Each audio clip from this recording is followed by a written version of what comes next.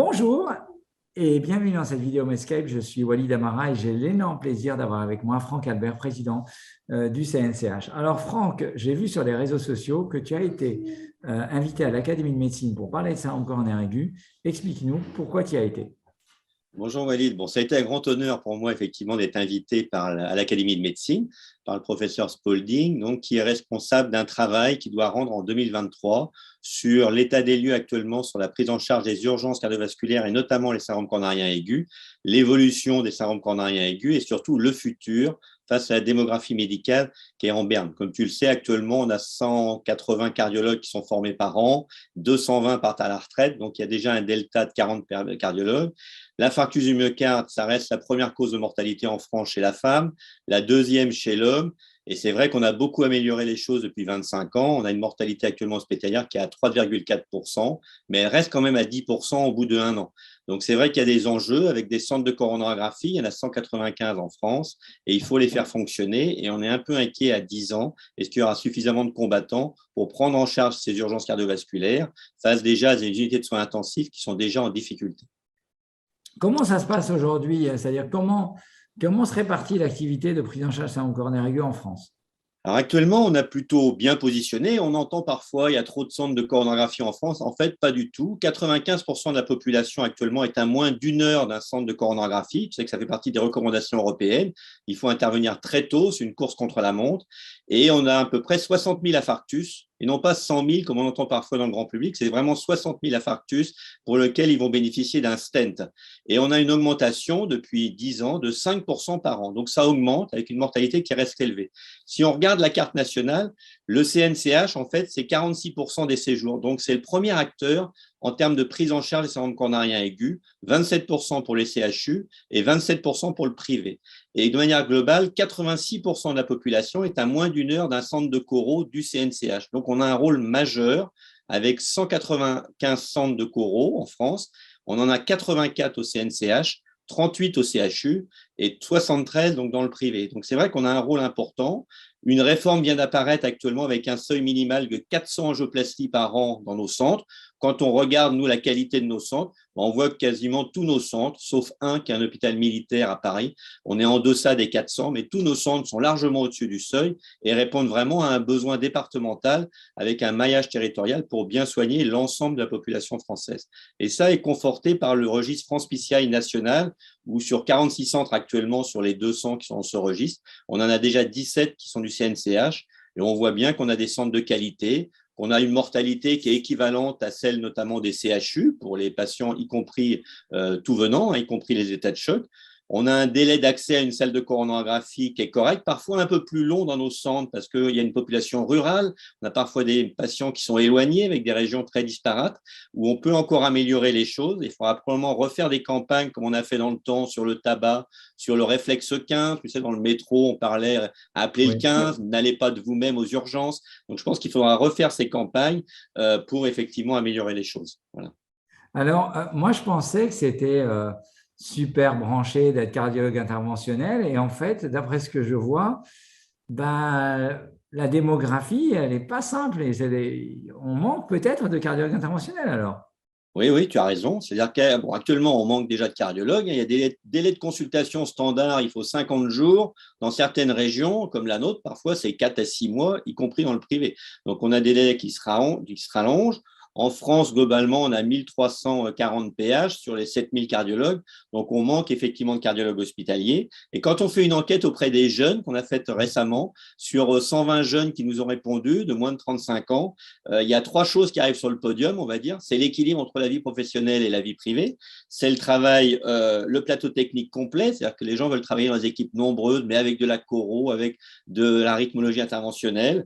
Et puis, il y a la nature des pathologies concernées. Mais il y a aussi quand même un phénomène sur la rémunération, sur le fait de ne pas avoir trop de contraintes de garde. Et la cardiologie interventionnelle, qui est une surspécialité qui va demander 2 ans de plus, comme la rythmologie interventionnelle, on s'aperçoit que pour la première fois en novembre 2021, avec la réforme de l'internat, sur 46 postes, il n'y en a que 29 qui ont choisi l'option choro. Donc, il en manque déjà une quinzaine. Ça veut dire qu'au bout de 3 années comme ça, on aura une promotion en moins et on aura vraiment des centres de coronarographie qui actuellement au niveau du CNCH fonctionnent avec 3 angioplasticiens qui pourront plus fonctionner. Donc, ça sera vraiment une perte de chance pour les patients. Donc, il faut effectivement… Et pourquoi ils ne choisissent pas? Parce qu'il y a l'astreinte 24 heures sur 24, il y a les week-ends. Quand on est 3 ou 4 et en vacances, quelquefois, on tient la semaine tout seul. Donc, ce n'est pas si facile que ça. Donc, il y a une vraie réflexion à avoir. Et c'est pour ça qu'il faut qu'on fasse des propositions. Même effectivement, en 4, ce n'est pas évident d'avoir un week-end sur 4 et pendant les vacances, avec quasiment un week-end sur 2. Et vous vous déplacez, je peux témoigner, dans mon centre, mes pauvres cardiologues interventionnels, on les déplace quasiment une astreinte sur 2. Donc, c'est vrai que, et des fois plusieurs fois dans la même nuit. Donc, c'est vrai que ce n'est pas évident et qu'effectivement, ce que tu dis, c'est que pour remplacer un cardiologue, il en faudrait quasiment 2 aujourd'hui parce que les jeunes ne veulent pas travailler jusqu'à 20h, 21h, chose que peut-être les anciens faisaient. Et ce n'est pas évident. Et c'est vrai que… Et l'autre part, moi, je ne suis pas un défenseur de la réforme actuelle parce qu'elle ne donne pas la souplesse. Avant, on pouvait commencer comme cardiologue et puis à un moment donné, on a des facilités, on peut évoluer plus facilement dans une surspécialité en passant un diplôme interuniversitaire. Et donc, j'espère que les diplômes interuniversitaires seront maintenus pour permettre à des vocations d'apparaître, parce qu'on a le droit au bout de 2 ans de se dire finalement je vais faire autre chose. Et ça peut expliquer pourquoi les jeunes n'ont pas voulu s'inscrire tout de suite et se lier avec la cardio interventionnelle. Alors est-ce que je sais que le livre blanc va sortir en novembre, mais on fait un peu le teasing. Est-ce que le collège a des propositions, par exemple, pour les jeunes, pour la cardiologie interventionnelle notamment? Oui, on est en train de finaliser les choses. Hein. Là, on est dans la phase un petit peu des propositions fortes. Et c'est vrai pour améliorer déjà le syndrome coronarien aigu, on a plusieurs propositions. Il faut déjà un accès aux soins pour tous les territoires, ce qui me paraît normal, avec donc des plateaux techniques complets.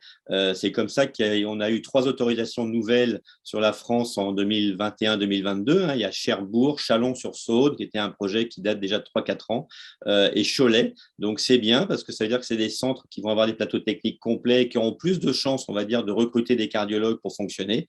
Et puis, on peut avoir des systèmes partagés avec des groupements de coopération sanitaire, avec une gouvernance qui est efficiente. Après, il faut absolument améliorer le parcours, avec notamment le réflexe 15, et ça va de l'appel du SAMU jusqu'à la réadaptation cardiovasculaire. On ne développe pas assez la réadaptation cardiovasculaire, qui peut aussi faire de la prévention primaire chez ces patients abourés. Et puis, il faut qu'on ait des propositions fortes sur l'attractivité. Alors, ça passe forcément par l'augmentation du numerus clausus, qui n'est pas actuellement suffisant, on pense. Il faut plus de DES. Comme tu le dis, il faut aussi pouvoir importer des médecins, notamment de l'étranger. Hein. C'est le cas actuellement avec les concours type PAE ou PADU. Et ces médecins, effectivement, c'est un peu la soupape actuellement de sécurité aussi pour nos hôpitaux. Il faut qu'ils aient accès aux diplômes interuniversitaires pour bien les former, pour qu'ils aient effectivement une formation correcte. Et donc, c'est très important de pérenniser les diplômes interuniversitaires, notamment dans les 3 options d'expertise qui sont l'imagerie avec le coroscanner et l'IRM, la coronarographie avec la cardiologie interventionnelle, parce que c'est des diplômes où l'enseignement est très bien fait, et la rythmologie interventionnelle. Donc ça, c'est très important. On incite aussi nos collègues du CHU à partager un peu plus les docteurs juniors. Globalement, sur 2 années de docteur junior, on trouve que 50% en CH, 50% en CHU, c'est un bon deal, parce que quand les jeunes sont venus docteur junior dans le service, ils peuvent après être intéressés pour s'installer et rester dans notre région, parce qu'ils sont souvent attirés par la mer ou le sud, et donc c'est important de les laisser. Et puis, on pense qu'il y a un gros progrès à faire avec tout ce qui est délégation de tâches, pour que les cardiologues soient vraiment investis dans les tâches prioritaires et qu'il y a des choses probablement qu'on peut déléguer à des infirmières formées. Je pense notamment au suivi de l'insuffisance cardiaque, au suivi des patients qui ont une prothèse cardiaque ou qui sont sous télésurveillance dans le cadre de l'insuffisance cardiaque, et à nos IPA, qui peuvent aussi prendre en charge toutes les pathologies chroniques cardiovasculaires, l'hypertension artérielle, et aussi des suivis de syndrome coronarien aigu, tu vois, pour voir si le LDL cholestérol est bien inférieur à 0,55, voir s'il faut prescrire des inhibiteurs des PCSK9, etc. Donc, on a un rôle important à faire, et puis il y a probablement aussi des choses à faire sur la rémunération pour les valoriser, les primes multisites, parce qu'on pourrait imaginer que finalement qu'un cardiologue qui travaille dans le privé ou à l'hôpital public puisse avoir des salaires équivalents, avec notamment des gardes qui soient rémunérés de manière équivalente. Ça nous paraît une logique dans tout ça. Je retiens qu'effectivement, les jeunes, quand on discute avec eux, ils adorent venir à l'hôpital pour avoir le contact avec leurs collègues, de travailler en équipe. Je pense qu'on le voit également à l'échelle du CNP, ce n'est pas segmenté, on travaille tous ensemble et qu'effectivement, je pense qu'un cardiologue hospitalier, il peut avoir une activité libérale et donc il restera plus facilement à l'hôpital s'il a une activité libérale et qu'on leur permet d'avoir peut-être plus de temps consacré à cette activité libérale. Moi, je vois qu'à chaque fois qu'un praticien hospitalier a fait l'activité libérale, il a été encore plus présent dans le service. Donc, je veux dire, tout le monde est gagnant, ça fait plus de consultations, plus de patients qui sont pris en charge et rend service à la population. Et ça évite que ces talents aillent uniquement vers une clinique et restent également à l'hôpital. Donc, je pense que c'est à la fois permettre finalement ce travail en équipe et on est patient de voir la bouture finale du livre blanc en novembre. Je pense qu'on en reparlera. Alors, je vais refaire juste le remerciement. Donc, merci Franck. Merci à l'audience d'avoir été avec nous. Impatient de voir la dernière mouture du livre blanc du CNCH.